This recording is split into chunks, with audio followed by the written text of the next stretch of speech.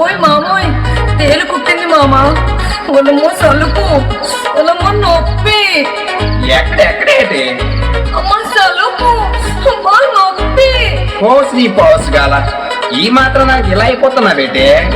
మన ఊరు చివరి మామిడి తోటలో ఉన్న రత్నాలతో పోల్చుకుంటే ఇదొక సొలుప, ఇదొక నొప్పే.